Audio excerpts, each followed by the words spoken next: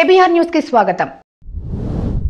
దుమ్రిగూడ బహిరంగ సభలో పాల్గొన్న ఉప ముఖ్యమంత్రి పవన్ కళ్యాణ్ 1000 కోట్ల విలువైన భూముల్ని పేద ప్రజలకు ఉచితంగా ఇస్తున్నామంటూ నారా లోకేష్ సంచలన వ్యాఖ్యలు. వైభవంగా సీతారాముల కళ్యాణం నిర్వహించిన కొత్త కొండబాబు యశ్వత్ దంపతులు. ఘనంగా ఐఎక్సైజ్ని ప్రారంభించిన మంత్రి కింజరపు రామ్మోహన్ నాయుడు. శ్రీమతి గుమ్మడి సంజయరాణి గారికి హృదయపూర్వక నమస్కారాలు.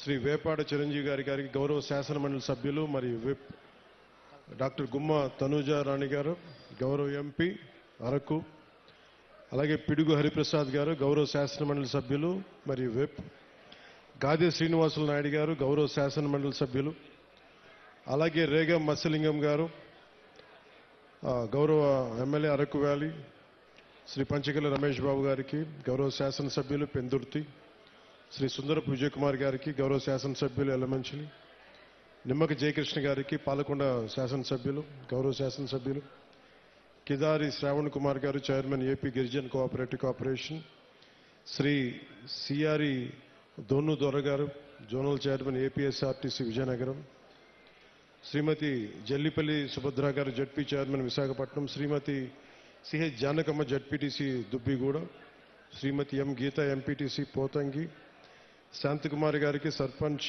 మాతం, శ్రీ వెంకట్రావు గారు సర్పంచ్ పోతంగి మండలం పోతంగి గ్రామం, ఉమామహేశ్వర గారికి coffee board member, Krishnarao garu director Tricor AP schedule tribe cooperative finance corporation limited. ఇక్కడికి వచ్చి విచ్చేసిన ప్రజాప్రతినిధులందరికీ పెద్దలకి నా హృదయపూర్వక నమస్కారాలు. దాకా 3 నెలల క్రితం నేను చెప్పాను మళ్ళీ ఇంకొకసారి మన రోడ్ల గురించి మళ్ళీ ఇంకొకసారి వస్తానని చెప్పి ఆ మాటను నిలబెట్టుకునే క్రమంలోనే నేను ఇక్కడికి వచ్చాను మీకోసం. అంటే ఇది ప్రత్యేకించి ఈరోజు ఈ అడవి తల్లి బాట ఈ కార్యక్రమానికి చాలా సంవత్సరాలుగా ఎప్పుడు డోలీల్లో ముఖ్యంగా మన అరకు, అల్లూరు సీతారామరాజు జిల్లా ఇలాంటి మన గిరిజన ప్రాంతాల్లో సరైన రహదారులు లేక ఇంకా డోలీల్లో కొంచెం ఇబ్బంది పడుతూ ఉంటారు. రహదారి సౌకర్యం లేదు, డోలీ మోతలు తప్పట్లేదు, గర్భిణీ స్త్రీలకు కానీ ఏదైనా కష్టాల్లో ఉన్నా ఏదైనా ఎనీ అంటువ్యాధులు కలరా లాంటివి వచ్చినా కానీ ఇవన్నీ చూసి మనకి ప్రత్యేకంగా రోడ్లు ఉండాలి. 100-150 మంది జనం ఉన్నా కానీ 500 మంది లోపు జనం ఉన్నా కానీ ముందు మనం రీచ్ అవ్వాలి, వాళ్ళకి రోడ్లు వేయాలి అనేది గౌరవ ప్రధానమంత్రి శ్రీ నరేంద్ర మోదీ గారు దీన్ని జన్మన్ కార్యక్రమం కింద తీసుకొచ్చారు. ఇది గ్రామీణ సడక్ యోజన కింద. ఇది రోడ్లు ఇబ్బంది పడుతున్నాం అని చెప్పి మనకు నిధులు లేని సమయంలో గత ప్రభుత్వం ఏం చేస్తుందో తెలుసు, ఆ నిధులన్నీ అడ్డగోలుగా వాడేస్తే రోడ్లు వేయలేకపోయారు. అలాంటి పరిస్థితుల్లో నేను గౌరవ ముఖ్యమంత్రి శ్రీ నారా చంద్రబాబు నాయుడు గారి దగ్గరికి వెళ్ళి ముఖ్యంగా మన అల్లూరు సీతారామరాజు జిల్లా, అలాగే మన పార్వతీపురం మన్యం ప్రాంతం వీటి గురించి మాట్లాడుతూ ఇక్కడ గిరిజన కుటుంబాలకు కానీ గిరిజన సోదరులకు కానీ కుటుంబాలకు చాలా ఇబ్బందులు ఉన్నాయి, రోడ్లు కావాలి. అప్పటికి ఇంకా మనకి సెంట్రల్ గవర్నమెంట్ ఫండ్ కూడా రిలీజ్ అవ్వలేదు. వెంటనే నేను అడిగిన ఒక 24 గంటల లోపు ఆయన ఒక 49 కోట్లు రాష్ట్ర ప్రభుత్వం నుంచి శాంక్షన్ చేసి అడవి తల్లి కార్యక్రమానికి శ్రీకారం చుట్టడానికి చాలా బలం ఇచ్చింది. సో మనస్ఫూర్తిగా గౌరవ ముఖ్యమంత్రి శ్రీ నారా చంద్రబాబు నాయుడు గారికి నా హృదయపూర్వక ధన్యవాదాలు తెలుపుకున్నాను. ఈ అడవి తల్లి బాట అంటే నేను దారిలో వస్తూ ఉంటే ఒక్కొక్క ఊర్లు ఎలా ఉన్నాయి అన్నీ చూసుకుంటూ ఉంటే మన విశాఖపట్నం ఎయిర్పోర్ట్లోంచి దిగి మన అరకుకు వస్తూ ఉంటే చుట్టూతా కొండలు, లోయ ప్రాంతం, జీడి తోటలు, టేకు వృక్షాలకి అల్లుకున్న తీగలు,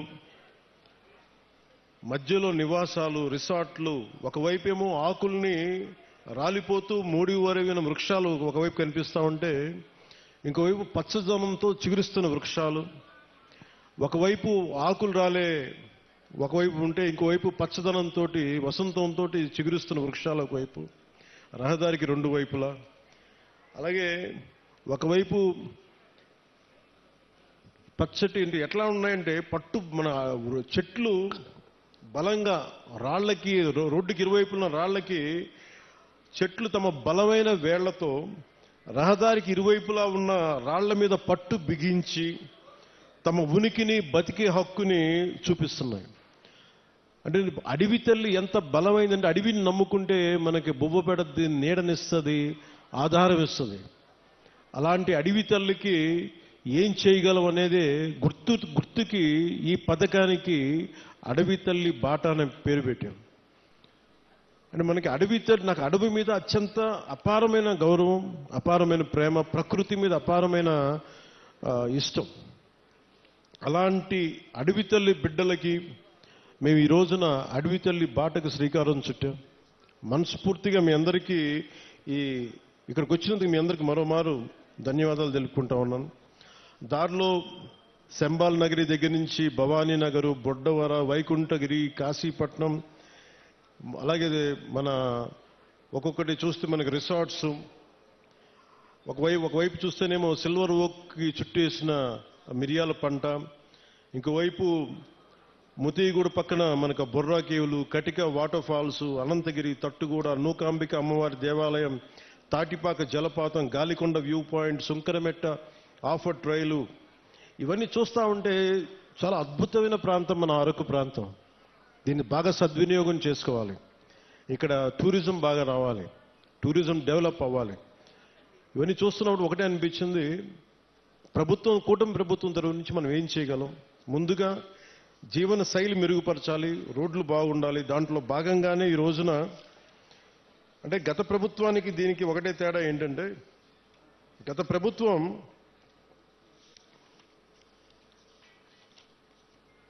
అంటే కూటమి ప్రభుత్వానికి గత ప్రభుత్వానికి తేడా ఏంటంటే, వాళ్ళు దాదాపు లెస్ దెన్ 90 కిలోమీటర్స్ వేశారు. 5 సంవత్సరాల కాలంలో కేవలం 90 కిలోమీటర్లే ఖర్చు పెట్టి 92 కోట్లు మాత్రమే ఖర్చు పెట్టారు 5 సంవత్సరాల కాలంలో. అదే కూటమి ప్రభుత్వం వచ్చిన సంవత్సరం లోపే ఇప్పటికీ మేము 1000-5000 కోట్లు పనులు మంజూరు చేశాం. ఇప్పటికీ ఎన్ని కిలోమీటర్లు? 1069 కిలోమీటర్లు. సరిగ్గా ఎప్పుడు ప్రారంభించాం? సంవత్సరం కూడా కాల, 4 నెలల క్రితం ప్రారంభిస్తే ఈ రోజున 1069 కిలోమీటర్ల పనులకి శ్రీకారం చుట్టాం. అంటే ఈ టెండర్స్ కూడా ఏదో ఇప్పుడు టెండర్స్ కూడా కాల్ ఫర్ చేశాం. ఇంకో వారం రోజుల్లో పనులు ప్రారంభమవుతాయి. ఏదో మాట్లాడి చెప్పి వెళ్ళిపోవటం కాదు, వారం రోజుల్లో పనులు ప్రారంభమవుతాయి.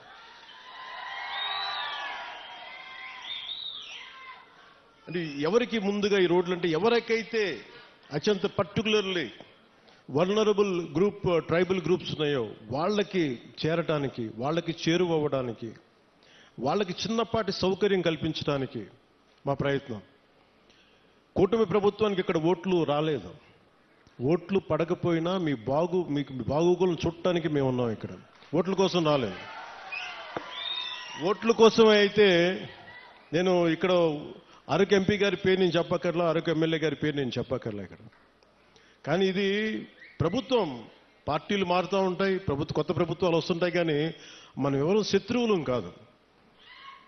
మనందరం విభేదాలు ఉంటాయి, భావాలు అంటే వైరుధ్యమైన భావాలు ఉంటాయి తప్ప మనం ఎవరు కొట్టుకోవడానికి సిద్ధంగా మనందరం కలిపి ఎవరు ఏ పార్టీ అయినా సరే కూర్చొని అభివృద్ధికి శ్రీకారం చుట్టాలి. దాంట్లో భాగంగానే ఇక్కడ ఇందాక పంచాయతీ ప్రెసిడెంట్స్ అందరూ కొంతమంది మాట్లాడుతూ ఉంటే ఒకటే చెప్తున్నాను.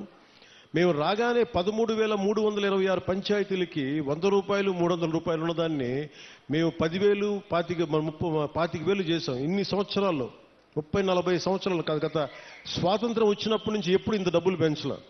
అది ఎవరు కూడా పంచాయతీలన్నీ గత ప్రభుత్వం పంచాయతీలు. కానీ ఇవేమీ ఆలోచించకుండా ప్రజలు బాగుండాలి అనే ఒక ఏకైక సదుద్దేశంతో మేము ఈ రోజున ఈ పథకానికి శ్రీకారం చుట్టాం. ఇచ్చిన హామీ నిలబెట్టుకోవడానికి చేపడుతున్న కార్యక్రమం. తల్లి మీ అందరూ తెలుసు, 2019 ఎన్నికల్లో 21 రోజుల ముందల తెలుగుదేశం పార్టీ అభ్యర్థిగా మీ ముందల నుంచున్నా. వాస్తవంగా నాడు నాకు మంగళగిరిలో పెద్ద పరిచయాలు లేవు.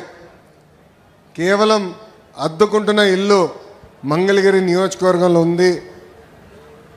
నియోజకవర్గ ప్రజలకి మంచి పని చేయాలన్న లక్ష్యంతో ఆనాడు పోటీ చేశా. నేనేంటో మీకు అర్థం లేదు, మీ సమస్య ఏంటో నాకు అర్థం లేదు. ఎన్నికలు అయిపోయినాయి. 5300 ఓట్లతో ఓడిపోయా తల్లి. ఓడిపోయిన రోజు మటుకు బాధ కలిగింది. కానీ రెండో రోజు నుంచి ఆ బాధ ఆవేదన నాలో కసి పెంచింది. మంగళగిరి ప్రజలకి మంచి పనులు చేయాలా, ప్రతిపక్షంలో ఉన్న పర్వాలేదు, వాళ్ళ మనసు గెలుచుకోవాలని లక్ష్యంతో ఆనాడు నుంచి నా పని ప్రారంభించాను. తల్లి ఒక్కసారి ఆలోచించండి. ప్రతిపక్షంలో ఉన్నప్పుడు మీ ఆరోగ్యం కోసం ఎన్టీఆర్ సంజీవిని పెట్టా, తాడేపల్లిలో క్లినిక్, మంగళగిరిలో క్లినిక్, మన దుగ్గిరాల్లో ఏకంగా ఒక మొబైల్ క్లినిక్ పెట్టా. ఈ రోజుటి కూడా ఉచితంగా మేము మందులు ఇస్తున్నాం ఆ క్లినిక్లో. రెండోది, ఊర్లో పెళ్లి జరిగితే గౌరవంగా బట్టలు పెడుతున్నాం. ఆనాడు కార్పొరేషన్ స్పందించబోతే ఎవరికైనా నీటి సమస్య ఉందంటే ఉచితంగా ట్యాంకర్లు పెట్టి నీరు మీకోసం అందించాను. పిల్లలు క్రికెట్ ఆడాలంటే వాళ్ళ కోసం మంగళగిరి ప్రీమియర్ లీగ్ కూడా 3 సార్లు ఏర్పాటు చేస్తాం జరిగింది. ఇంకో పక్కన మహిళలు సొంత కాళ్ళపై నిలబడాలి, కేవలం కుట్టు నేర్పిస్తే కాదు, ఉచితంగా మెషిన్ అందజేసి అవసరమైన పని కూడా ఈరోజు తెలుగుదేశం పార్టీ మీకు కల్పిస్తుంది. తల్లి ఇలా 26 సంక్షేమ అభివృద్ధి కార్యక్రమాలు మీకోసం చేశా. 2024 ఎన్నికల ప్రచారం మీ దగ్గరకు వచ్చా. ఆనాడు మిమ్మల్ని ఒకటే కోరా, ఓడిపోయిన లోకేష్ ఇంత పని చేస్తే రేపు గెలిచిన లోకేష్ ఎంత పని చేస్తాడో ఒక్కసారి ఆలోచించమని కోరా. ఆనాడు మిమ్మల్ని ఒక విషయం అడిగా తల్లి, 5300 ఓట్లతో ఓడిపోయాయి కదా, దాని పక్కన ఒక 0 పెట్టండి, 53,000 ఓట్ల మెజార్టీతో నేను గెలిపించి శాసనసభకు పంపించండి కోరా. తల్లి అప్పటి వరకు సర్వేలు చదువుతాం, అన్ని పార్టీలు సర్వేలు చేస్తే మీకు బాగా తెలుసులేండి. సర్వేలు ఎక్కడ చూసినా కుప్పం కన్నా కొంచెం వెనకబడి ఉన్నాం మనం. కానీ ఎప్పుడైతే ప్రచారంగా వచ్చా, మీ దగ్గర నుంచి వచ్చిన స్పందన చూశానో, నేను బాబు గారికి చెప్పా, ఎన్నికలైన తర్వాత చంద్రబాబు నాయుడు గారికి చెప్పా, ఒక్క ఓటనా కుర్రోళ్ళు స్పీడ్ ఎక్కువ మీకన్నారు ఆయన. కానీ తల్లి ఈరోజు గర్వంగా చెప్పగలుగుతున్నాం, 91,000 మెజార్టీతో ఈరోజు నన్ను మీరు గెలిపించి శాసనసభకు నాకు పంపించారు. చాలామందికి తెలియదు తల్లి, ఎన్నికల ముందల చాలామంది నన్ను 2 స్థానాల్లో పోటీ చేయమని చెప్పారు. మంగళగిరిలో మీరు గెలుస్తారా లేదా, మళ్ళీ మీరు ఇబ్బంది పడతారు, పార్టీ ఇబ్బంది పడుతుంది అన్నారు. నేను వాళ్ళకి ఒకటే చెప్పా, 5 సంవత్సరాలు కష్టపడ్డా, మంగళగిరి ప్రజల మనసు నేను గెలుచుకున్నాను నేను భావిస్తున్నా. ఒకే ఒక స్థానంలో పోటీ చేస్తా, అది మంగళగిరి నియోజకవర్గం నానాడు చెప్పా తల్లి. అమ్మా ప్రచారంలో మీకు చెప్పా, నాకు మీరు ఎంత ఎక్కువ మెజారిటీ ఇస్తే నాకు అంత బలం వస్తుందని, మీకోసం సేవ చేసడానికి బలం వస్తుందని. ఆనాడు రచ్చబండ కార్యక్రమంకి వచ్చినప్పుడు మీరందరూ ఒకటే అడిగారు, కొత్తిల్లు కాదు, మేము ఎక్కడ నివసిస్తున్నాం అక్కడనే మీరు రెగ్యులరైజ్ చేసి పట్టాలు అందించండి అని పదే మీరు నన్ను కోరారు. మీరు అన్నారు, దశాబ్దాలుగా మేము ఇక్కడ నివసిస్తున్నాం, మాకు బంధువులు స్నేహితులు పని అంతా ఇక్కడనే ఉంటుంది, మళ్ళీ మీరు తీసుకెళ్ళి ఎక్కడో మూలలో పడేస్తే మళ్ళీ ఆటోలో రావాలో వేరే వాహనాలు రావాలి, మాకు చాలా ఎక్కువ ఖర్చు అవుతుంది, మేము ఎక్కడున్నాం అక్కడనే కల్పించండి అని మీరు కోరారు. నేను ఆనాడు చెప్పా, 3 రకాలు ఉంటాయి. ఒకటి సులభంగా చేసే భూములు, అది మొదటి సంవత్సరంలో చేస్తానని చెప్పా. రెండోది రైల్వే ఎండోమెంట్, అదొక సంవత్సరం పైన, అంటే సంవత్సరంన్నర పడుతున్నాను. మూడోది వచ్చే గల అటవీ భూములు, అదేవిధంగా ట్యాంక్ బండ్లు ఉన్నాయి, అది చాలా కష్టమైంది, అయినా కూడా ఒక 2.5-3 సంవత్సరాలు పడుతుంది, తప్పనిసరిగా చేస్తాను ఆనాడు హామీ మీకు ఇచ్చా తల్లి. ఈరోజు ఆ హామీ నిలబెట్టుకునే దానికి మీ ముందర నిలబడుతున్నా. ఆంధ్ర రాష్ట్ర చరిత్రలో ఎక్కడ జరిగిన విధంగా ఒక మంగళగిరి నియోజకవర్గం కోసం జియో తీసుకొస్తే ఆంధ్ర రాష్ట్రంలో పేద ప్రజలందరికీ పనికొచ్చే విధంగా జరిగింది తల్లి. ఇప్పటికీ 7,000 మంది దరఖాస్తు చేసుకుంటే దాంట్లో 4,000 మంది కేవలం ఒక మంగళగిరి నియోజకవర్గం నుంచి ఉన్నారు తల్లి. ఈ 5 రోజుల కార్యక్రమం 3,000 కుటుంబాలకి ఈరోజు ఇంటి పట్టాలు ఇస్తున్నాం. ఆ పట్టాలని మీరు రిజిస్టర్ చేసుకోవచ్చు. ఈ కార్యక్రమం అయిన తర్వాత ఆ పట్టాలని మీరు రిజిస్టర్ చేసుకోవచ్చు. 2 సంవత్సరాల్లో ఆ పట్టాన్ని కూడా అమ్ముకునే హక్కు మీకు ఎన్డీఏ ప్రభుత్వం కల్పిస్తుంది. తల్లి 5 రోజుల్లో సుమారుగా 1000 కోట్లు విలువైన, అంటే మార్కెట్ వాల్యూ 1000 కోట్లున్న భూమిని ఉచితంగా ఈరోజు ఎన్డీఏ ప్రభుత్వం మీకు అందజేస్తుంది తల్లి. అంతేగా తల్లి, ఇక్కడ చిల్లపల్లి గారు ఉన్నారు, ఆయన మెడికల్ డెవలప్మెంట్ కార్పొరేషన్ చైర్పర్సన్.